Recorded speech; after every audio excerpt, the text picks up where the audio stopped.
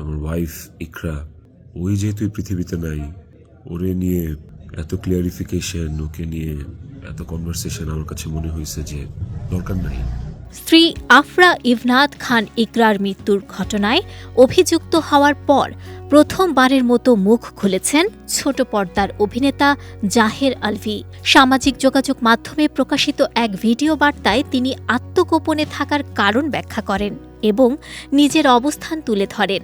ওর মৃত্যুটা আমাকে আসলে পাথরই বানায় ফেলছে একরকম। ভিডিওতে আলভী বলেন, ব্যক্তিগত জীবনের এমন ট্র্যাজেডি নিয়ে তিনি কখনোই প্রকাশ্যে আলোচনা করতে চাননি। তার ভাষায়, আমি চাইনি যে পৃথিবী থেকে চলে যাওয়া মানুষটিকে নিয়ে বড় কোনো আলোচনা হোক।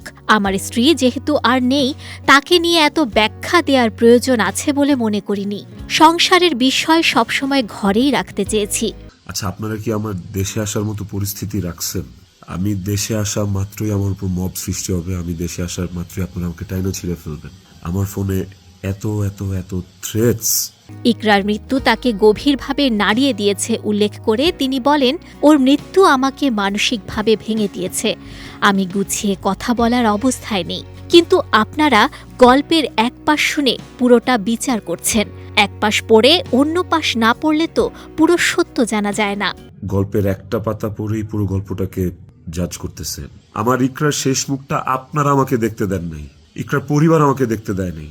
বর্তমানে দেশের বাইরে অবস্থান করছেন জানিয়ে আলভী বলেন, দেশে ফিরলেই তার উপর হামলার আশঙ্কা রয়েছে। তিনি বলেন, আমার ফোনে অসংখ্য হুমকি আসছে। বলা হচ্ছে আমি দেশে ফিরলে এয়ারপোর্টে আমাকে আক্রমণ করা হবে। 16 বছর সংসার করছি, 16 বছর একটা শত্রুর সাথেও যদি কেউ এক ছাদের নিচে থাকে, সে মারা গেলে তার চেহারাটা দেখার জন্য ছটফট করে মানুষ। আর আমার বউ ছিল, আমি ভালোবাসা তার বিয়ে করছি, ওই মানুষটা মারা গেছে, তার শেষবারের মতো তার তবে চেহারা আমি আইনগত দেখবো না। প্রক্রিয়ার মুখোমুখি হতে আপত্তি নেই বলেও জানান এই অভিনেতা।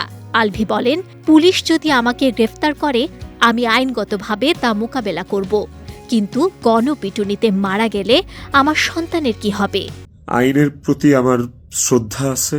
দেশে আসলে আইন আমাকে যে শাস্তি দিবে, যে সিদ্ধান্ত নিবে, আমি সেই সিদ্ধান্তের সাথে একমত থাকব।